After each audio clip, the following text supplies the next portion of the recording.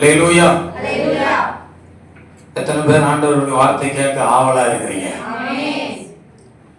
கர்த்தருடைய வார்த்தை நமக்கு ரொம்ப முக்கியம். வசனம் தான் நம்மளை நியாயம் தீர்க்கும், தேற்றும், கர்த்தருக்குள்ள உருவாக்கும். வசனம் தான் நம்மளை பரலோகத்துக்கும் கொண்டு போகும். கர்த்தருடைய வசனம் தான் எல்லா நன்மை ஆசீர்வாதத்தையும் நமக்கு உண்டாக்கும். அது ஜீவனுள்ள வார்த்தை. என் வாழ்க்கையை மாற்றினதே இந்த வார்த்தை தாங்க, இந்த வசனம் தாங்க. பைபிள் வசனம் தான் என் வாழ்க்கையில அப்பாவோட இன்னும் அதிகமா நெருங்கி கிட்ட வைக்கிறதே. அதனால இந்த நாட்களுக்குரிய தலைப்பு பாருங்க. போன வாரம் காவல்காரனை குறித்து நாம் தியானிச்சோம். எல்லாருமே ஆண்டவர் ஒரு காவல்காரனா வச்சிருக்கிறார். இந்த தேசத்துல குடும்பத்துல ஒரு காவல்காரர் இருப்பாங்க. உங்களை யாரெல்லாம் அப்படி வச்சிருக்கிறாரு நீங்க ஆண்டவருக்குள்ள உங்களை பெருமைப்படுத்தி மகிமைப்படுத்தணும். நீங்க மகிமையா இருக்கணும், மகிமையா நினைக்கணும். இன்னைக்கு கர்த்தர் நம்ம கொடுத்திருக்கிற தலைப்பு, பரிசுத்த ஆவியானவர் நம்மோட பேசுற காரியங்கள் புதிய மனுஷன். என்ன தலைப்புல பாக்குறோம்? எல்லாம் சொல்றோம், புதிய மனுஷன்.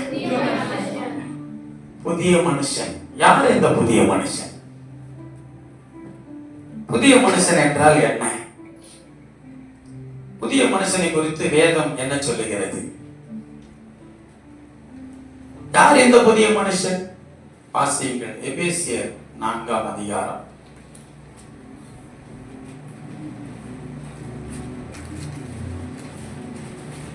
24ஆம் வசனம்.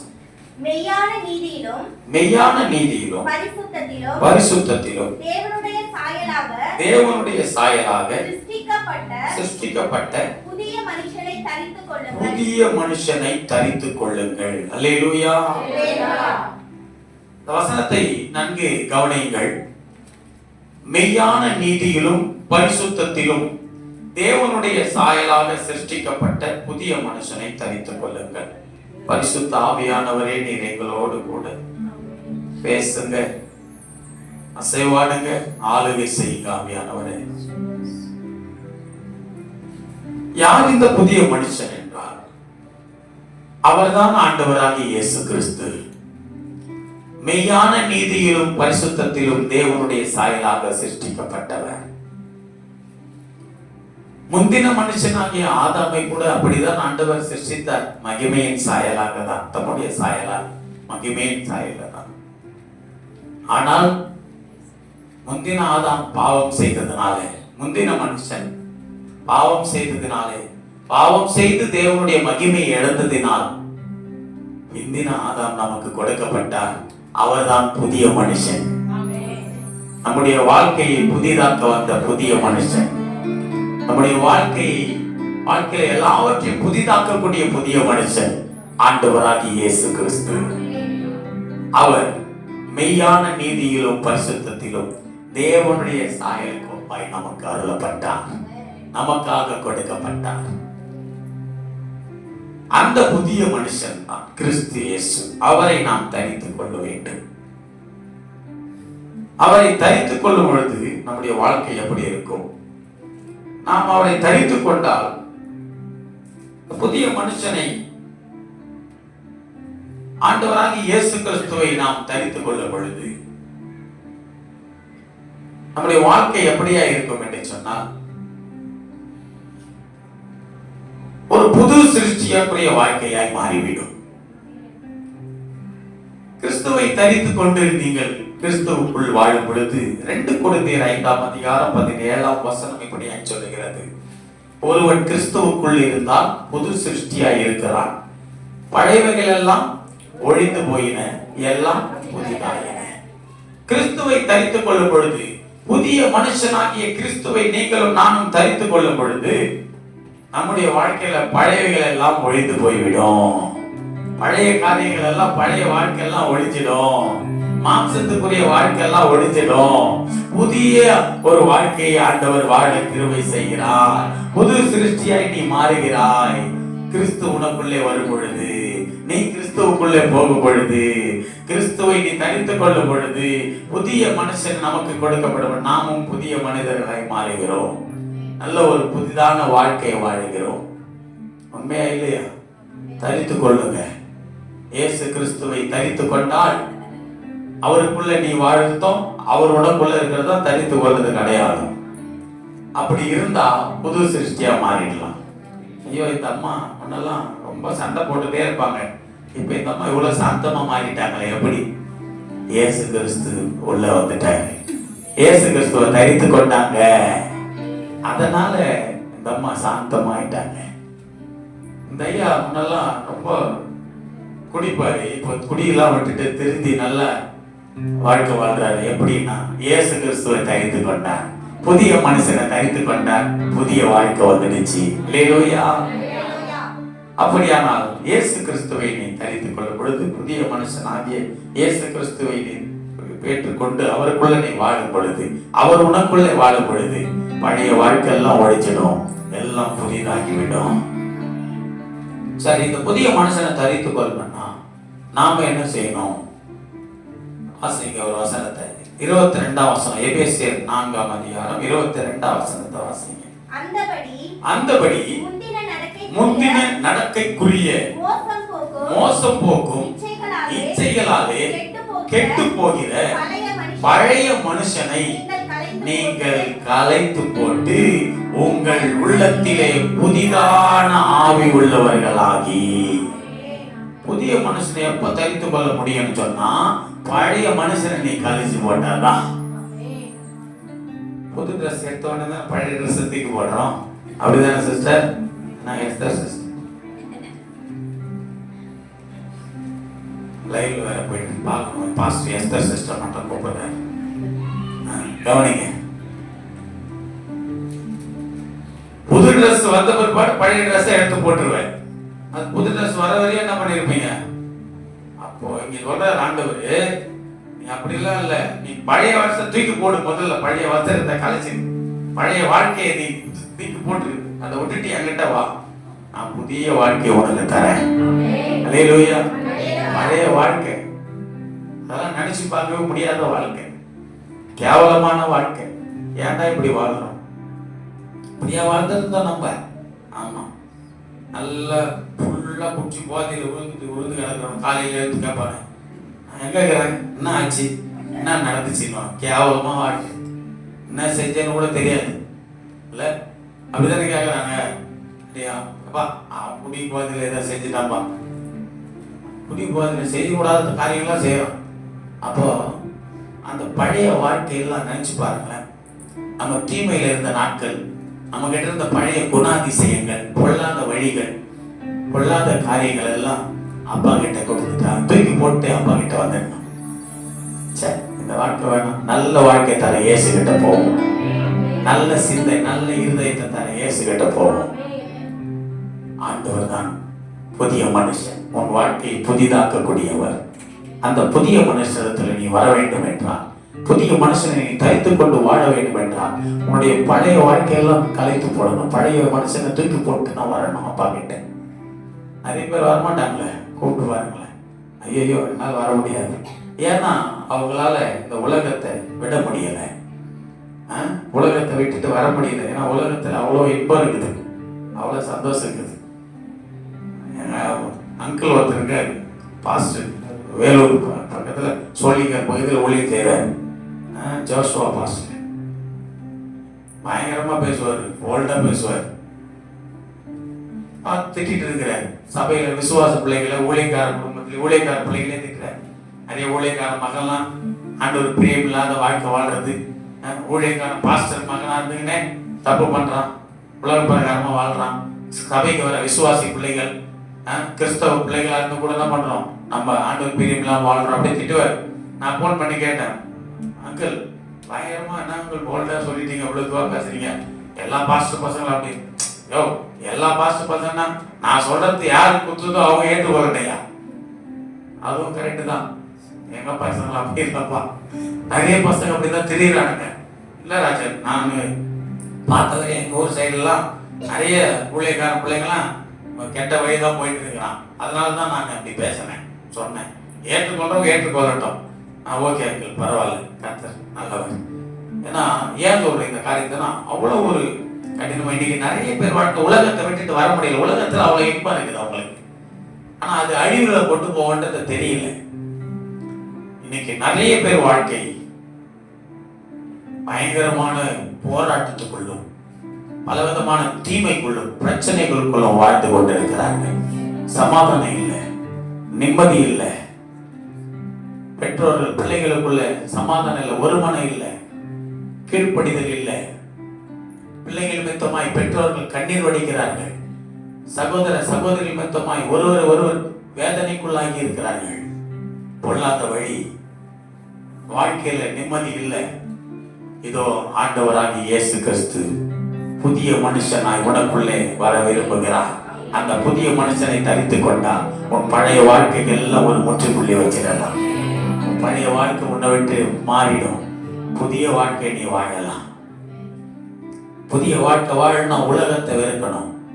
ரோமர் 12:2 சொல்லுது, நீங்கள் உலகத்துக்கு ஒத்த வேஷம் தெரியாமல்.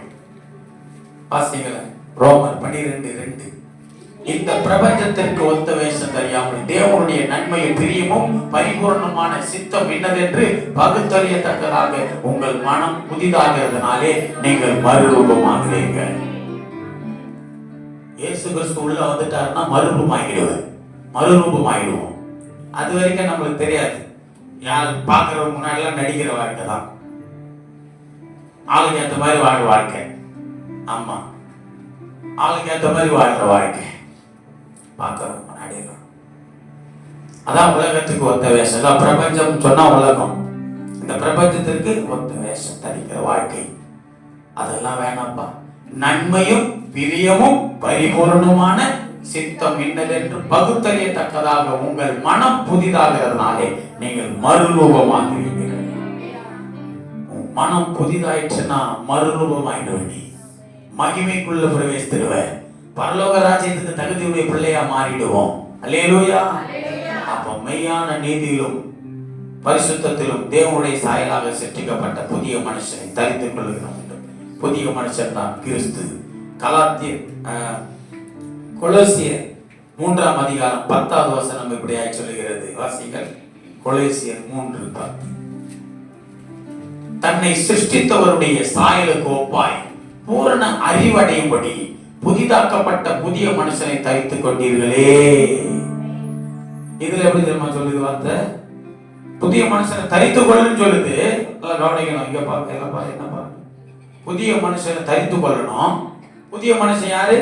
இயேசு கிறிஸ்து. யாருப்பா சொல்லுங்க? இயேசு கிறிஸ்து. புதிய மனுஷன் இயேசு கிறிஸ்து. அவரை தரித்து கொண்டுட்டோம். எப்படி தரித்து கொள்ளணும் பாருங்க. பழைய வாழ்க்கையில இதெல்லாம் வேணாம், இது நல்லது இல்லை, இது கெட்டது, இது தப்பு, இது வேதனை, இது துன்பம் எல்லாத்தையும் தெரிஞ்சிட்டு பாருங்க.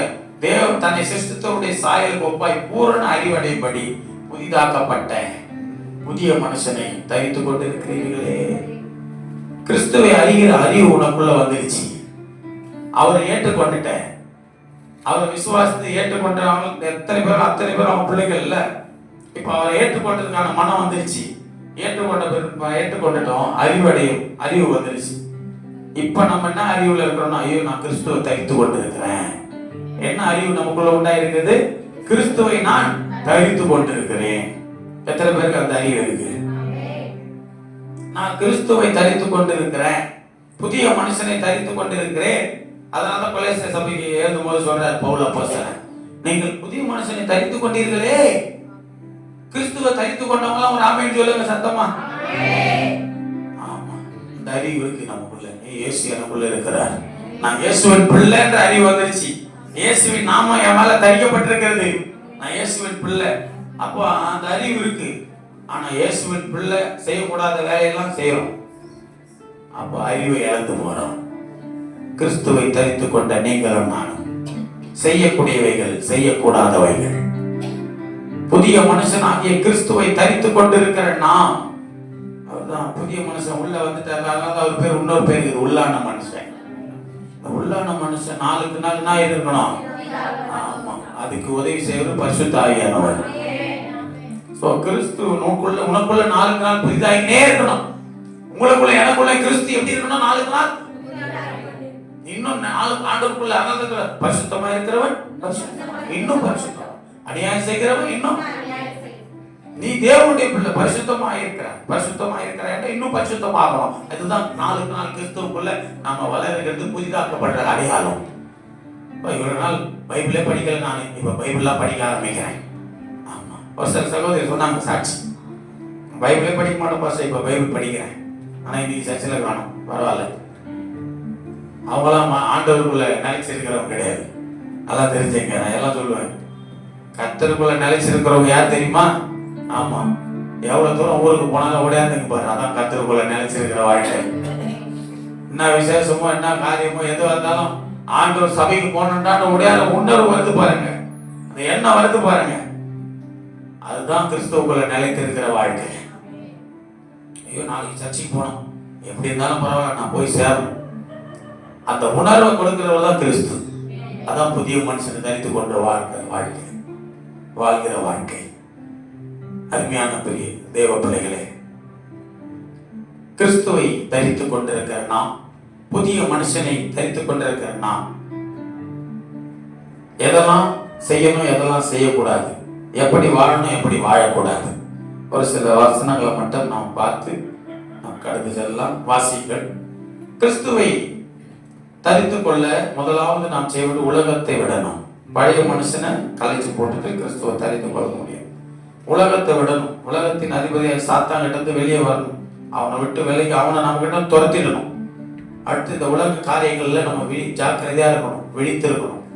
உலகம் நமக்குள்ள வராதவரை காத்து கொள்ளணும். ஆமா, நல்ல கிறிஸ்தவ பிள்ளைங்க, தேவனுடைய பிள்ளைகள்லாம் பார்த்தீங்கன்னு வச்சுங்களேன், பரிசுத்தத்தை தெரிஞ்சுக்கிட்டாங்கன்னு வச்சுக்கோங்க. பரிசுத்தம் உள்ள வந்துருச்சுன்னா, இயேசு கிறிஸ்து உள்ள வந்துட்டாரு, என்னோட இயேசு இருக்கிற, நான் இயேசுவின் பிள்ளைன்ற உணர்வு ஃபுல்லா வந்துருச்சு வச்சுங்களேன்.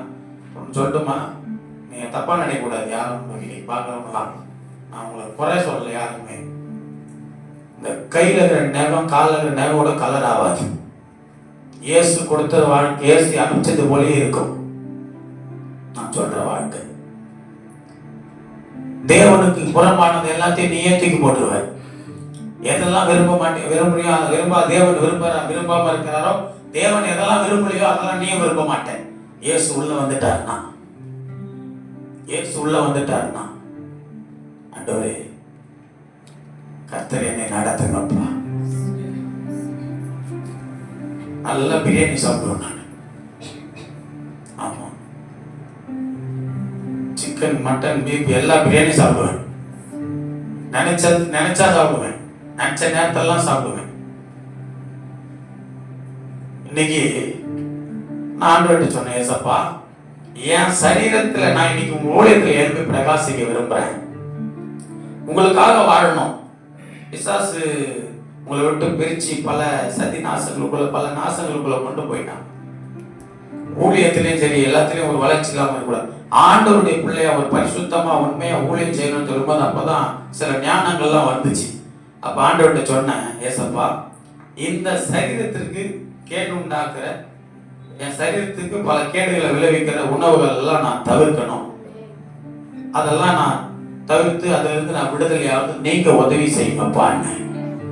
எழுதியே வச்சுட்டேன் நோட்டில். அன்னைக்கு எழுத நம்ம காட்டிட்டு இது வந்து சாட்சி நம்ம பார்க்கலாம். நம்ம எழுத இருப்பா, எதெல்லாம் என் சரீரத்துக்கு கேடு உண்டாக்குதோ ஆண்டவரே, அதை எல்லாவற்றையும் நான் உண்ணாதபடி நீங்க எனக்கு உதவி செய்யுங்க, ஞானத்தை கொடுங்க. ரொம்ப சந்தோஷம். ஏசப்பா உதவி செய்ய ஆண்டவரே, உம்மை விட்டு விலக செய்கிற எந்த காரியமும் எங்களுக்குள்ள வராதபடி எங்களை காத்து கொள்ளுங்கன்னு சொல்லுங்க. இங்க பூமியில நீ உன்னை அலங்கரிச்சுக்கிற அந்த அலங்கரிப்பெல்லாம் உன்னை பரலோகத்துக்கு கொண்டு போவாது. அந்த அலங்கரிப்பெல்லாம் வீணு. இங்க பண்ற ட்ரெஸ்ஸிங் எல்லாம் வீணு.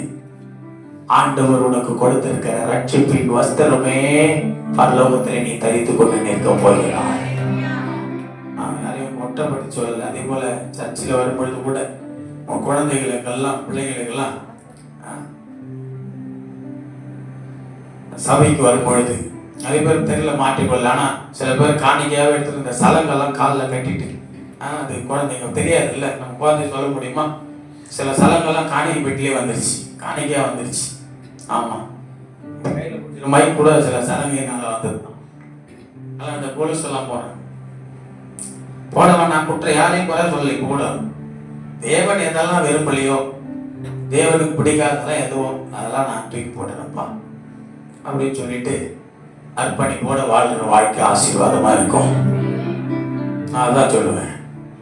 சர்ச்சில் கூட வரும்போது பிள்ளைகளுக்கு அதெல்லாம் போட்டு கொண்டு வந்துடுறாங்க நிறைய பேர். அது குச்சி குச்சி விளையாடுறது அந்த சத்தம் உள்ள நல்ல சபைக்கு வரும்போதாவது கொஞ்சம் நம்மளை காத்துக்கொள்ளும். சபைக்கு வரும்பொழுதாவது நம்மளை கொஞ்சம் ஆண்டவருக்கு அர்ப்பணிச்சு ஒரு பிரியமா, இன்னைக்கு ஏன் நான் சர்ச்சைக்கு வந்திருக்கேன், இன்னைக்கு ஏன் நான் சபையில போய் ஆராதிக்கிறேன், ஆண்டவர் என்ன அழைச்சிட்டு வந்திருக்கிறார். சரி சர்ச்சைக்கு போயிட்டோம், சர்ச்சில் ஆண்டவர் நம்மளோட என்ன பேசுறாரு செவி கொடுத்து கேட்போம். ஆண்டவர் எனக்கு என்ன வார்த்தை வச்சிருக்கிறார். ஓ இன்னைக்கு பாஸ்டர் ஏதோ வித்தியாசமா போட்டிருக்காரு, புதிய மனுஷனா, புதிய மனுஷன் போட்டிருக்காரு. அது என்ன புதிய மனுஷன்? மனுஷர்கள் இருக்கிறாங்க பூமியில. புதிய மனுஷன் யாரு? இப்பதானே சொன்ன புதிய மனுஷன் யாரு? யாரு புதிய மனுஷன்? வெரி குட், இயேசு கிறிஸ்து. எல்லாம் சொல்லுங்க. நாம தான் மனுஷன், பழைய மனுஷன், புதிதாக்கப்பட்டு பழசான மனுஷன். தெரியுமா? ஒருத்தர் நல்லா பன்னி குட்டி வளர்த்தான். அந்த பன்னி குட்டியை நல்லா சுத்தமா குளிக்க வச்சு நல்லா குளிப்பாட்டி அழகா அதுக்கு நல்லா தொடச்சிக்கிட்டு சுத்தமா வச்சுட்டு பார்த்துட்டு இருந்தானா. கொஞ்ச நேரத்துல திடீர்னு எங்க ஓடிச்சு தெரியுமா? கட்ட கடன்னு ஓடி போய் பக்கத்துல இந்த சமயத்தில் உளுந்த பரப்பி ரெண்டு இது போட்டு அடிக்கிறோம். இப்போதான் நான் கழுவி குளிப்பாட்டினேன், கட்டி போறானே. அது எங்க அது வாழிடுமோ அங்கதான் போகும். அதற்கு ஒப்பிடல ஆண்டவர் நம்மள பரிசுத்தமானது. முத்துக்களை பண்டிகைகளை கூடாது, பரிசுத்தமான நாய்களை கூடாது. நம்மள ஆண்டவர் அதுக்கெல்லாம் ஒப்பிடல. கன்று குட்டிக்கு கொடுத்த கன்றுகளாய் வளரீர்கள் என்று சொல்லி கன்று குட்டிக்கு தான் ஒப்பிட்டு இருக்கிறார். ஆமா, கன்று குட்டிகளாவே இருக்கணும் இந்த பூமியில, வண்டி குட்டியா இருக்கக்கூடாது. உன்னை ஆண்டவர் அப்படிதான் அழைத்து ரட்சித்து நல்லா குளிக்க வச்சு சுத்தமா உன்னை வச்சிருக்கிறார் ஆண்டவர். நான் சொல்றது எப்படின்னா, புதிய மனுஷனாகி பழைய மனுஷன் ஆனவங்க ஆண்டவர் கூப்பிட்டு நல்லா சுத்தமாக்கி உன்னை சுத்திகரிச்சு ரத்தத்தால கழுவி குளிப்பாட்டி பரிசுத்த வாழ்க்கையை கொடுத்துட்டார். நம்ம என்ன செய்யறோம்? திரும்பியும் பழைய வாழ்க்கைக்குள்ள விழுந்து போறோம். அப்பா அப்பா பாப்பாரு. இன்னைக்கு நிறைய பேரண்ட்ஸ், பெற்றோர்கள்லாம் பசங்க குழந்தைகளை பிள்ளைகளை நல்லா குளிப்பாட்டி நல்லா குளிக்க வச்சு நல்லா ட்ரெஸ் போட்டு பவுடர்லாம் பூசி மேக்கப் பண்ணி வச்சுட்டு கொஞ்ச நேரத்துல உன் குழந்தை தப்புன்னு போய் மண்ணில் விழுந்து பிறந்து விளையாடிச்சுன்னா, மண்ணில் விளையாடிட்டு ஏதோ சங்கத்தில் விழுந்து விளையாடிச்சுன்னா என்ன பண்ணுவீங்க? கொஞ்சுவீங்களா? கோபம் தான் வரும். பெற்றோர்கள்ல கோபப்படுவோம்லப்பா, என்ன குழந்தை இப்படி ஆயிடுச்சு அடிப்பாங்க. இப்பதானே உன்னை குளிக்க வச்சேன், இப்பதானே ஒண்ணு நானு சுத்தமாக பவுடர்லாம் பூசி அழகா ட்ரெஸ் பண்ணி விட்டேன், ஏன் இப்படி போய் விழுந்தேன், மண்ணில் போய் விளையாடலாமா? உடனே கோபம் வருது நமக்கு. அப்போ ஏசப்பாவும் அப்படிதான் நம்மளை பார்க்கிறாரு. உனக்காக தானப்பா ரத்தம் சிந்தனை, உனக்காக தானே ரத்தம் சிந்தி, உனக்காக தானே அடிக்கப்பட்டு, உனக்காக காயப்பட்டு, என் ரத்தத்தால உன்னை கழுவி பரிசுத்தமாக்குனே, உன் பாவத்தை எல்லாம் கழுவுனே. நீ திரும்ப அந்த பாவத்தில் போய் விழ மாட்டேன்னு சொல்லி நினைச்சனே, நீ திரும்ப போய் விழுந்துட்டியே. ஆண்டவர் பரிதபிக்கிறார், வேதனையோடு பார்க்கிறார். எழுந்து வந்து திரும்பவும் உன்னை சுத்திகரிக்க விரும்புகிறார். புதிய மனுஷனாக என்னை தரித்துக்கோ, நான் உன்னை கழுவிட்டேன், ஒரு முறை கழுவிட்டார். இப்போ அவரை தான் நீ கூட வச்சுக்கணும். அவர் உனக்குள்ள இருந்து உன்னை பாதுகாக்க விரும்புகிறார். உன் அவர் உனக்கு கொடுத்த பரிசுத்தத்தை நீ காத்துக்கொள்ளுவாயாக.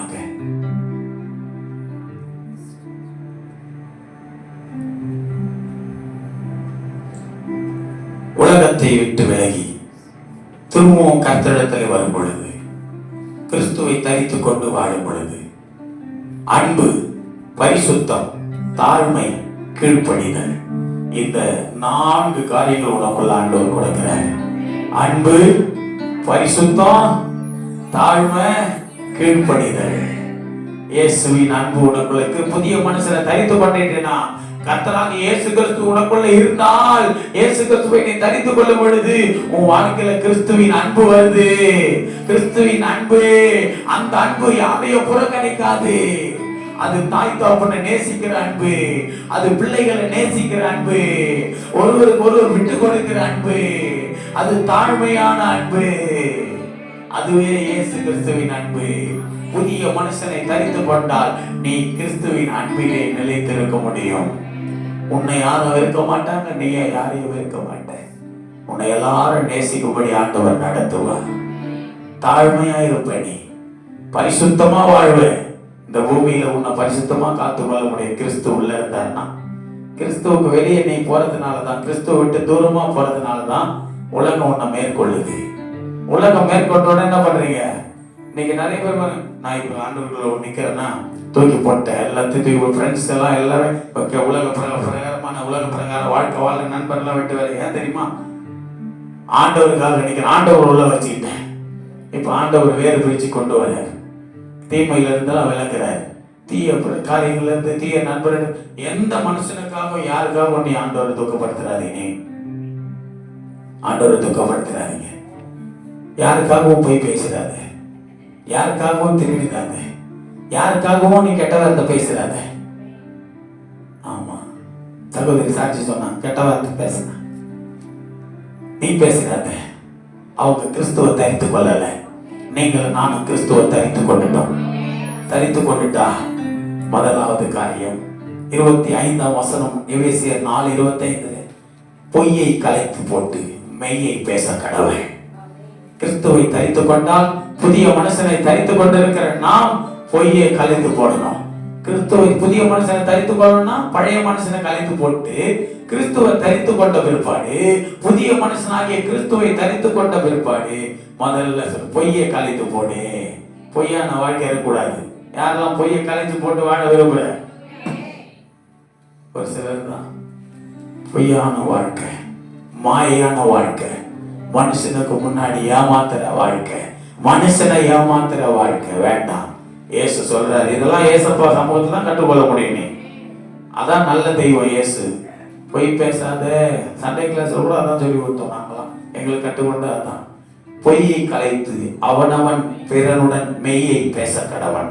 முதல்ல கிறிஸ்துவை தரித்து கொண்ட பிற்பாடு, இயேசுவின் பிள்ளையா நீ மாறிட்ட பிற்பாடு, இயேசு உனக்குள்ள வந்துட்ட பிற்பாடு பொய்ய கழிச்சிடு. மனைவி கிட்ட கூட போய் சொல்றான் நிறைய பேர். பொய் சொல்லாத. பிள்ளைகள் கிட்ட போய் சொல்றேன், பிள்ளைகள் பெற்றோர்கிட்ட போய் சொல்றேன். ஆமா மா, எவ்வளவுதான் சம்பளம் கொடுத்தாங்க கம்பெனில? ஆமா, 12,000 சம்பளத்தை வாங்கி பாக்கெட்ல விட்டு 2,000 வாங்கிட்டு 10,000 வீட்டுல கொடுப்பான் பையன். என்ன சொல்றான்? இவ்வளவுதான் கொடுத்தாங்க கம்பெனில, எனக்கு அவ்வளவுதான் சம்பளம். பொய். ஆமா, கணவர் சொல்லுவார், இப்ப இவ்வளவுதான் கொடுத்தாங்க சம்பளம், அவ்வளவுதான் வந்துச்சு, இந்த மாசம் இதான், வேற என்ன பண்ண முடியும்? மீறி கேட்டா என்ன பண்ணுவாரு? கோபத்தை காட்டணும்னு இந்த அம்மா பயந்தோம். சரி சரி விடு, இதையாவது குத்தி அப்படின்னு வாங்கிட்டு வச்சுக்க வேண்டியதுதான். பொய். நிறைய காரியங்களை நம்ம பொய்னால நம்ம என்ன பண்றோம்? கிறிஸ்துவின் ஆசீர்வாதத்தை இழந்து போறோம். பொய்யை தூக்கி போ. பொய் சொல்லாத. பைபிள் படிச்சானோட பாஸ்டர் அப்படியே சொல்ற டக்குன்னு படிச்சுட்டு என்ன அதிகாரம் படிச்சுன்னு கேட்டா தான் ஒரு வார்த்தை. அதனால கேட்காது தப்பா போகுது. நம்ம கேட்டிருக்கோம். பைபிள் படிச்சீங்களா சிஸ்டர்? அதெல்லாம் காலையிலே படிச்சிருவோம் பாஸ்டர். வாய்ப்பு தான் போய் சொல்லுவாங்க. ஆண்டவர் உள்ள இருந்த சொல்லுவோம்னா, இல்லை பாஸ்டர் நீ படிக்கல, நான் அப்புறமா டைம் படிப்பேன். அதனால ஒன்றும் ஆகிட போறது இல்லையே. நான் கூட 2 நாளா பைபிள் படிக்க முடியல. 2 நாளா பைபிள் படிக்கலன்னா ரொம்ப வேதனை ஆச்சு. இன்னைக்கு படிப்போம். நைட் எடுத்து உட்காந்துட்டேன். எத்தனை அதிகாரம் நம்ம படிக்க மட்டும் விட்டு அதெல்லாம் படிப்போம். ஏசப்பா மேல தான் ஆண்டவனே உண்மையை சொல்லு. ஜெபம் பண்ணேனா? ஜெபம் பண்றேன், டெய்லி ஜெபம் பண்றேன். நான் தான், ஆண்டவர் தான் பார்க்கிறாரு. உன்னை கர்த்தர் நடத்து வராங்க. பொய்யை கலைத்து போடு. 2வது 26ஆம் வசனம் சொல்லு. கோபம் பாவம். கோபம் கொண்டாலும் பாவம் செய்யாது. 26ஆம் வசனம். அப்போ கோபம் வந்தா என்ன ஆகுது? கூடவே பாவமும் வந்துடுது. அப்போ பொய்யை கலைத்து போட்டா மெய்யை பேசினா பொய் போயிடும், மெய் வந்தா பொய் போயிடும். கோபம் வந்தா பாவம் வருது இல்ல. இப்ப கோபத்தை நீங்க தூக்கி போட்டா பாவம் வராது. கோபத்தை நீங்க தூக்கி போட்டுக்கணும். பொய்யை கலைச்சிடணும், கோபத்தை தூக்கி போட்டு. கோபம் கொண்டாலும் பாவம் செய்யாதிருங்கள். பாவத்தை உன்னை எச்சரிக்கையா காத்துக்கொள்ளுமா. அப்ப பாவம் செய்யறது எதுதான்? கோபம் தான். அப்ப அந்த கோபத்தை நீ தூக்கி போட்டு கிறிஸ்துவ தரித்து கொண்டுட்ட. தாழ்மை, கோபம் வேண்டாம். மூன்றாவது காரியம் 27ஆம் வசனம், பிசாசுக்கு இடம் கொடாமலும் இருங்கள். கவனமா இருக்கிறியா தம்பி? கவனமா எடுக்கிறியா? பிசாசுக்கு இடம் கொடாமல் இருங்கள். அல்லேலூயா. 27ஆம் வசனம், இதுதான் ரொம்ப முக்கியம். பிசாசுக்கு இடம் கொடாமல் இருக்கணும். யாரெல்லாம் பிசாசுக்கு இடம் கொடுக்குறீங்க? பிசாசுக்கு இடம் கொடுக்கிறேன். இன்னைக்கு நிறைய பேர் பிசாசுக்கு தேவையில்லாத இடம் கொடுத்துறாங்க. வீட்டுல வர வைக்கிற பிசாசை எப்படி வர வைக்கிற? நல்லா கவனிங்க.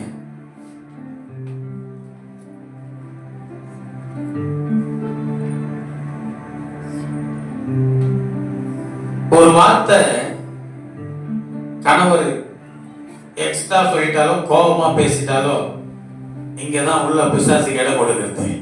நல்லா பேசியிருந்த கணவர், அன்பா பேசியிருந்த கணவர் திடீர்னு மேல கோபமா வர, உங்ககிட்ட ஏதோ ஒரு விஷயத்துல கோபமா பேசுற. இப்போ இந்த இடத்துல தான் நீங்க விழிப்பா இருக்கணும். பிசாசுக்கு இடம் கூடாது. என்னடா இது கணவர் இப்படி பேசுற, இவ்வளவு நாள் இப்படி பேசுறியே, இவ்வளவு நாள் இப்படி இல்லாத ஒரு திடீர்னு இப்படி ஆயிட்டாருன்னு சொல்லி அவருக்கு அகைன்ஸ்டா ஆப்போசிட்டா நீ நிற்கும் பொழுதுதான் பிசாசு உள்ள வரான். அந்த இடத்துல ஸ்தோத்திரம் ஆண்டவரே, சரிங்க, சரி, தாழ்மையா பொறுமையா, ஓகே ரைட், சரி ரைட்டு, சரி நடந்து தெரியாம பேசிட்டேன், விட்டுருங்க. அந்த இடத்துல பொறுமையா தாழ்மையா விட்டு கொடுத்துப்பாரு. இயேசு உள்ள வருவார், இயேசு உள்ள வந்துருவார், பிசாசு வெளியே போயிடுவான். இப்பதான் ஆண்டவருடைய பிள்ளையா நீ பிள்ளைகளை கண்டிக்கிற விதத்திலையும் பிசாச உள்ள கூப்பிடுவேன். பிள்ளைகளை அன்பா அதுக்கு தேவையான நேரத்துல சொல்லி கடிந்து கொள்ள வேண்டிய இடத்துலையும் கடிந்து கொள்ள வேண்டிய காரியத்திலையும் கடிந்து கொள்ளணும். எல்லாத்தையும் ஃப்ரீயா விட்டுட்டு லாஸ்ட் அப்புறம் முடிச்சு கடிந்து கொள்ள ஒன்றும் பண்ண முடியாது. சின்ன வயசுல தான் சொல்லுவோம், 5ல் வளைக்காத 50ல் வளைக்க முடியாதுன்னு சொல்லி. அப்போ நீ என்ன பண்ணணும், உன்னுடைய பிள்ளைகளை கரெக்டா வழிநடத்தி இருந்தீங்கன்னா அது கரெக்டா வழிநடத்தப்படும். இப்போ ஆண்டவர்கிட்ட ஒப்பு கொடுக்கலாம். ஆண்டவர் நினைச்சா வளைச்சிடுவார், எல்லாத்தையும் மாற்றிடுவார். கத்தரால மட்டும் தான் மாற்ற முடியும். நம்ம கிட்ட ஆண்டவர் கொடுத்துருக்கும் போது நம்மளால மாற்ற முடியல. இப்ப நம்ம கத்தர்கிட்ட ஒப்பு கொடுத்துடலாம். ஆண்டவரே, நீங்க கொடுத்தீங்க, நான் சரியா பண்ணலப்பா, நான் சரியா செய்யலப்பா, நான் தப்பு பண்ணிட்டேன், ஸோ ஃபர்கிவ் மீ, நீங்க இப்போ உருவாக்குங்கன்னு சொல்லி ஆண்டவர் உருவாக்கிடுவார். ஆமா, எங்க அம்மா கூட அப்படிதான் ஜெபம் பண்ணிச்சு. நான் செல்லம் கொடுத்து வளர்த்தோம், என்னாச்சு, ரொம்ப பாலாவும் ஆண்டவர் பிரியம்லாம் ஓடியாச்சு. கடைசியாக எங்கள் அம்மா பார்த்து, எந்த செயல்படுற மாதிரி இல்லை, இவனை எங்கே கொடுக்கணுமோ அங்கே கொடுத்துடலாம்ப்பா, ஆண்டவரே நீங்கள் தான் கொடுத்தீங்க, நான் தப்பு பண்ணிட்டேன் தான், நான் வளர்த்தது மனசு தெரியல, பாசத்தை காட்டி இப்படியே விட்டேன், வளர்த்துட்டேன், இப்போ உங்ககிட்டயே கொடுத்துறேன், நடத்துங்கன்னு. என்னை ஏன் தான் அவர்கிட்ட கொடுத்தாங்களோ அப்படி நான் நினைச்சுப்பேன். ஐயோ, ஆண்டவர்கிட்ட ஆனால் கொடுத்ததுனால தான் இன்னைக்கு இப்படி நிற்கிறேன். அவர் நடத்துகிற விதமே வேற இல்லைன்னு வச்சுங்க, இன்னும் அங்கே தான் உட்காந்து இருந்திருப்பேன், அந்த சினிமா பட்டாவுடைய தான் நினைக்கிறேன். ஆமா, அந்த தேட்டரே கதின்னு தான் கலந்துருக்கணும். நான் நினைச்சு பார்த்துருப்பேன். ஸ்கூல் படிக்கும் போதெல்லாம், ஸ்கூல் படிக்கிற நாட்கள்லயே பள்ளிக்கூடத்துக்கு போகாம இந்த சினிமா பட்டாலே உட்காந்துருந்தேன். அப்போ ஆண்டவர் என்ன, ஆண்டவர் கையில ஒப்பு கொடுத்து ஆண்டவர் என்னை ரட்சிக்காம ஆண்டவர்கிட்ட நான் வராம இருந்திருந்தா இப்போ யோசனை பண்ணி இன்னைக்கு வரையும் அங்கதான் நான் இருந்திருப்பணும், பல விதமான தீமைக்குள்ள வாழ்ந்திருப்பணும். இல்லை, என் கூட இந்த நண்பர்லாம் ஒருத்தனா செத்துட்டானே பல தீமையில போய், அந்த மாதிரி நானும் என்றைக்கோ போயிருக்கணும். முடிச்சிட்டு இருப்பேன் என் கதை. ஆனா இயேசு விடல. அல்லேலூயா. பிசாசுக்கு இடம் கொடாதிருங்கள். கிறிஸ்தவர்கள், தேவனுடைய பிள்ளைகள், நான் உங்களுக்கு சொல்லுகிறேன், கிறிஸ்துவை தரித்து கொண்ட நீங்கள், புது மனுஷனை தரித்து கொண்ட நீங்கள், பொய்யை கலைத்து போடு, கோபப்பட, பாவம் செய்யாத, கோபம் படாத, பிசாசுக்கு இடம் கொடுக்காத, 28ஆம் வசனத்துல திருடாத, நல்ல வேலை செய், நலமானதை செய், திருடக்கூடாது. கர்த்தருடைய பிள்ளைங்க, ஆமா, எதையுமே திருடாத, எதையும் யாரையுமே திருடாத, கர்த்தர் உன்னை நடத்துவாராங்க. அடுத்து முக்கியமா 29ஆம் வசனம், 5வது காரியம், 29ஆம் வசனத்தை பாருங்க. கெட்ட வார்த்தை ஒன்று உங்கள் வாயிலிருந்து பக்தி விருத்திக்கு ஏதுவான நல்ல வார்த்தை உண்டானால் அதையே கேட்கிறவர்களுக்கு பிரயோஜனம் உண்டாகும்படி பேசுங்கள். ஆமா, கெட்ட கெட்ட வார்த்தை சாட்சியிலே வசனம் வந்து சொல்றீங்க போல இருந்து இன்னைக்கு ஆண்டவர் ஆவியானவர் நடத்துற. கெட்ட வார்த்தை பேசாத. தேவனுடைய பிள்ளை, கிறிஸ்தவர்கள் தேவனுடைய பிள்ளைங்க காத்து கொள்ளணும். ஆமா, நானும் பேசியிருக்கோம் ஒரு நேரத்தில் கெட்ட வார்த்தை பேசி. இன்னைக்கு ஆண்டவர்கிட்ட வந்துட்டு ஒப்பு கொடுக்கணும். அல்லேலூயா. கெட்ட வார்த்தை உங்கள் வாயிலிருந்து புறப்பட வேண்டாம். 6வது காரியம் 30ஆம் வசனத்துல, பரிசுத்த ஆவியை தூக்கப்படுத்தக்கூடாது. உனக்காக அருளப்பட்ட, உனக்காக கொடுக்கப்பட்ட, உன்னை தேற்றுகிற, ஆற்றுகிற, கிறிஸ்துவுக்குள்ள உன்னை வழி நடத்துகிற, உன் பாவத்தை உனக்கு உணர்த்துகிற, உன்னை சகல சத்தியத்துக்குள்ள வழி நடத்துகிற கர்த்தருடைய ஆவியானவரை துக்கப்படுத்தாத. பரிசுத்த ஆவியை பெற்றுக் கொண்டிருக்கிறாய் என்றால் அந்த பரிசுத்த ஆவியானவர் உனக்குள்ளேயே இருக்கும்படி அவருக்கு பிரியமானதை செய். பரிசுத்தமாய் வாழே.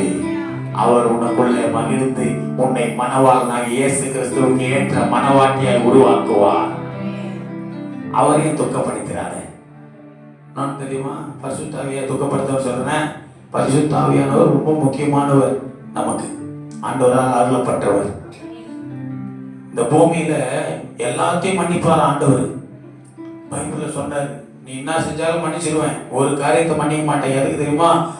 பரிசுத்த ஆவிக்கு விரோதமா பேசுறத.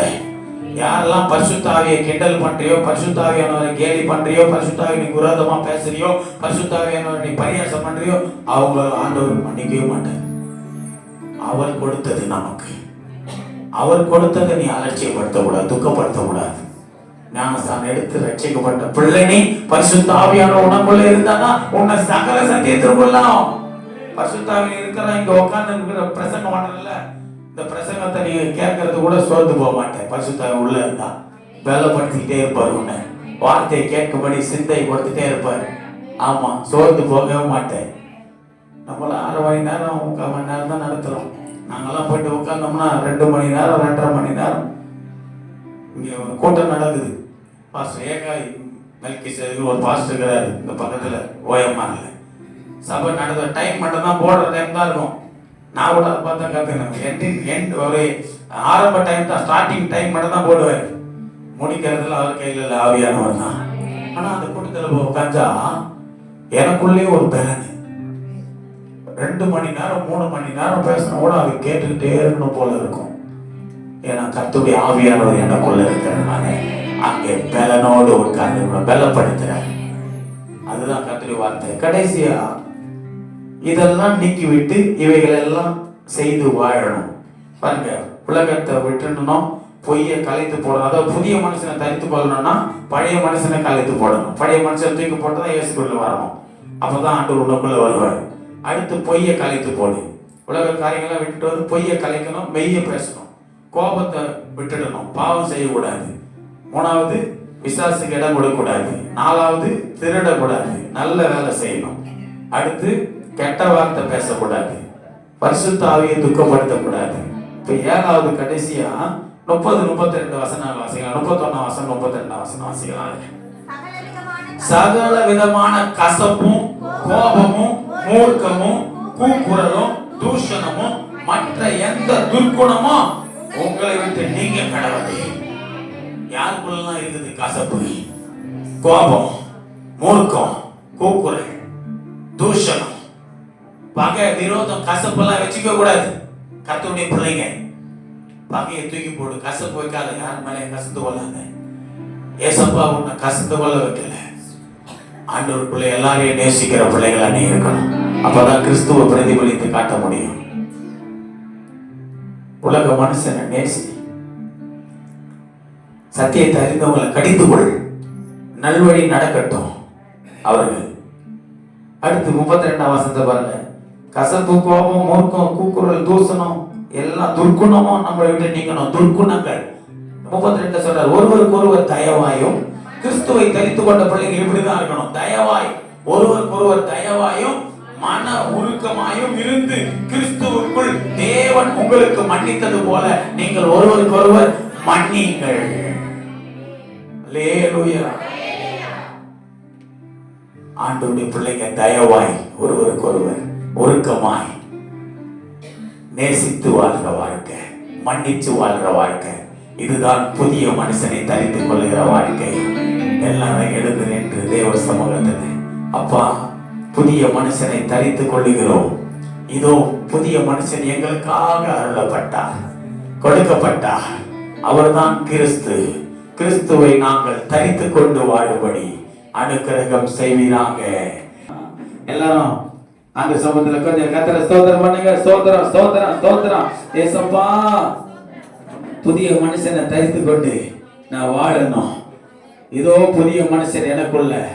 ஜீசஸ், என்னை அறிந்தவரே, என்னை அழைத்தவரே, கைவிட மாட்டேன் என்று வாக்கு உரைத்தவரே, என்னை அறிந்தவரே, என்னை அழைத்தவரே, கைவிட மாட்டேன் என்ற வாக்கு உரைத்தவரே, தாயின் வயிற்றில் உருவாகும் முன்னே அறிந்தவரே, உருவம் கொடுத்தவரே, தாயின் வயிற்றில் உருவாகும் முன்னே அறிந்தவரே, உருவம் கொடுத்தவரே, என்னை உருவாக்கி உயர்த்தினீரே, என்னை உருவாக்கி உயர்த்தினீரே, என்னை அறிந்தவரே, என்னை அழைத்தவரே, கைவிட மாட்டேன் என்ற வாக்கு உரைத்தவரே, புதிய மனுஷனை தரித்து கொண்டேன், பழைய மனுஷனை கலைத்து விட்டேன், புதிய மனுஷனை தரித்து கொண்டேன், பழைய மனுஷனை கலைத்து விட்டேன், புதிதான ஆவி உள்ளவனாய் பரிசுத்தமாய் நான் வாழ்கின்றேன், புதிதான ஆவி உள்ளவனாய் பரிசுத்தமாய் நான் வாழ்கின்றேன், என்னை அறிந்தவரே, என்னை அழைத்தவரே, கைவிட மாட்டேன் என்று வாக்கு உரைத்தவரே, என்னை அறிந்தவரே, என்னை அழைத்தவரே, கைவிட மாட்டேன் என்ற வாக்கு உரைத்தவரே.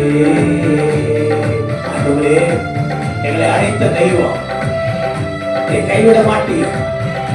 இதோ புதிய மனுஷனை தரித்து கொண்டு வாழணும். அவர்தான் கிறிஸ்து இயேசு. கிறிஸ்து இயேசுவை நான் தரித்து கொண்டு வாழ உதவி செய்யுங்கப்பா, உதவி செய்யுங்க ஆண்டவரே. பழைய மனுஷனை நான் கலைச்சிடணும், புதிய மனுஷனை தரித்து கொண்ட பிற்பாடும் ஆண்டவரே, என் வாழ்க்கை திரும்பவும் பின்மாட்ட ஜீவிதத்தில் போயிடுச்சு. உணர்த்துங்க ஆண்டவரே, திரும்பவும் உங்ககிட்ட வந்துடுறேன். அந்த புதிய மனுஷனாய் கிறிஸ்து எனக்குள்ள திரும்பவும் என்ன நான் ஏற்றுக்கொள்ள வர வைக்கிறேன். என்ன கர்த்தர் நடத்த போறார். எத்தனை பேர் விசுவாசிக்கிறீங்க? அப்படியானால் பிதாவாகிய தேவனை கரங்களை தட்டி ஸ்தோத்திரம் பண்ணுவோம். ஸ்தோத்திரம், ஸ்தோத்திரம். அதெல்லாம் திருவிழத்துக்கு ஆராய்த்தமாக மூலம் திருப்பந்திக்கு இப்படியே ஜெபம் செய்வோம். இந்த ஆராதனையை முடிச்சிடுவோம். அடுத்த திருவிழந்த ஆராதனைகளை கடை செல்லலாம். பரிசுத்தமுள்ள எங்கள் பரலோக பிதாவே, இயேசு கிறிஸ்துவின் நாமத்தினாலும் பரிசுத்தாவியோட ஒத்தாசையோடு கூட ஆண்டவரே, இந்த பரிசுத்த ஆராதனையில கர்த்தர் எங்களோடு கூட இருந்து ஆரம்பம் முதல் முடிவு வரை உங்க பிரசன்னத்தினால மகிமையினால் நடத்தினீரே. பாடி துதித்தோம், ஆராதித்தோம். ஆண்டவரே, அநேக வேத வசனங்களை தியானித்தோம். கர்த்தர் எங்களோடு பேசினீர். புதிய மனுஷனை நாங்கள் தியானித்திருக்கிறோம். இதோ அந்த புதிய மனுஷனாகி கிறிஸ்து இயேசுவை நாங்கள் தரித்து கொண்டு இன்னும் உமக்குள்ள ஆண்டவரை வளர்ந்து கனி கொடுத்து என் ஆண்டவராக இயேசு கிறிஸ்து வரப்போகிறேன். உடைய வருகை வரட்டும். நாங்கள் எங்களை ஆண்டவரே காத்துக்கொள்ள புதிய மனுஷனை தரித்து கொண்டு புதிய மனுஷனை வாழ கர்த்தர் கிருபை செய்வீராக. இந்த ஆராதனையில் வந்து கலந்து கொண்ட சிறு பிள்ளைகள், வாலிபர்கள், பெரியவர்கள், வயதானவர்கள், புருஷன்மார்கள், ஸ்திரீகள் ஒவ்வொருவரையும் கர்த்தர் பேர் பெற ஆசீர்வதிங்க. இந்த நாள் முழுவதும் கர்த்தர் வழி நடத்தி செல்லுங்க. உபவாச நாட்கள்ல கர்த்தர் எங்களுக்கு பலம் தந்து இன்னும் இந்த உபவாச நாட்கள்ல கர்த்தர் விரும்புகிற காரியங்களுக்கு ஜெபிக்க, கர்த்தருடைய சித்தத்தின்படி ஜெபித்து வாழ கர்த்தர் கிருபை செய்யும். ஆசீர்வாதியை பலப்படுத்தும். காணொலி மூலமாய் ஆண்டவரே, இந்த செய்தியை கேட்டுக்கொண்டிருக்கிற கர்த்தருடைய நாமத்தை ஆண்டவரே என்னோட கூட சேர்ந்து வார்த்தை தியானித்து மகிமைப்படுத்தி கொண்டிருக்கிற ஒவ்வொருவரையும் கர்த்தர், ஒவ்வொரு குடும்பத்தில் கர்த்தர் எழுந்தருளி ஆசீர்வதிப்பீராக, வழி நடத்தி செல்வீராக. தொடர்ந்து இந்த திருவிழா ஆராதனையுடைய கருத்தில் ஒப்புக்கொள்ள கர்த்தரதை பொறுப்படுத்திக் கொள்ளுங்க. உங்களுடைய உடன்படிக்கைக்குள்ளே நாங்கள் இன்னும் புதிதாக்கப்பட உதவி செய்யும். இயேசு கிறிஸ்துவின் நாமத்தில் ஜெபிக்கிறேன் ஜீவனுள்ள நல்ல பிதாவே, ஆமென்.